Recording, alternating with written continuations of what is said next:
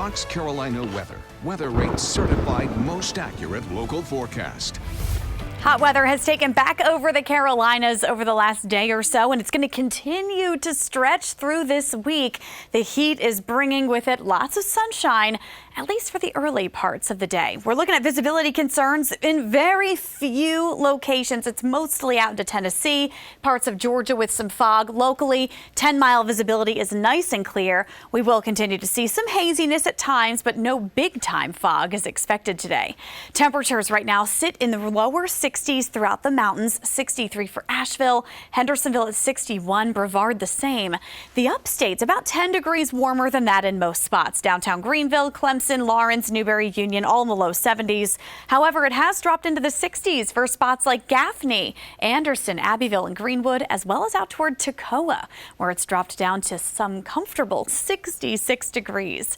Now, the upstate today will get hot once again. I'm expecting a high of 91, so with an afternoon storm possible, most areas will stay dry with a passing cloud by the afternoon. North Carolina, an isolated storm is possible for you today with a high of 87 degrees. Overall, looking pretty good, but generally just hot and sticky today compared to what we felt last week. Rating your day, it's an 8 out of 10 on the Carolina Sky Meter, getting right back into that summertime vibe.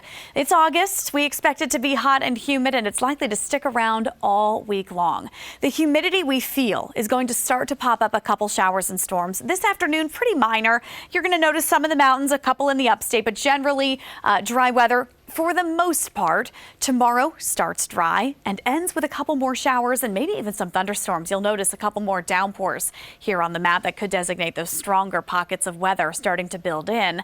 And while today is minor, tomorrow ramps up a tiny bit. Wednesday onward is where we'll see more of the storminess build into the Carolinas.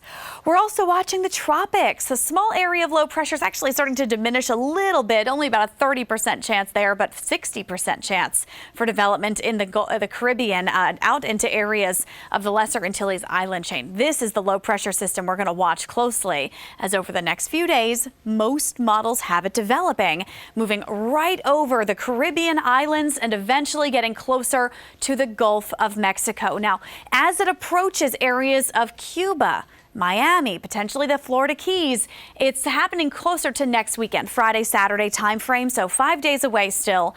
Once it gets into that Gulf, where it goes from there is still pretty uncertain. A couple models have it moving northward, a couple models straight out into the center of the Gulf. Obviously, that track will have a huge determining factor on what we see locally. But for now, waiting for that storm to develop, we will see pretty typical showers and storms every day this week, especially Wednesday, Thursday, and Friday.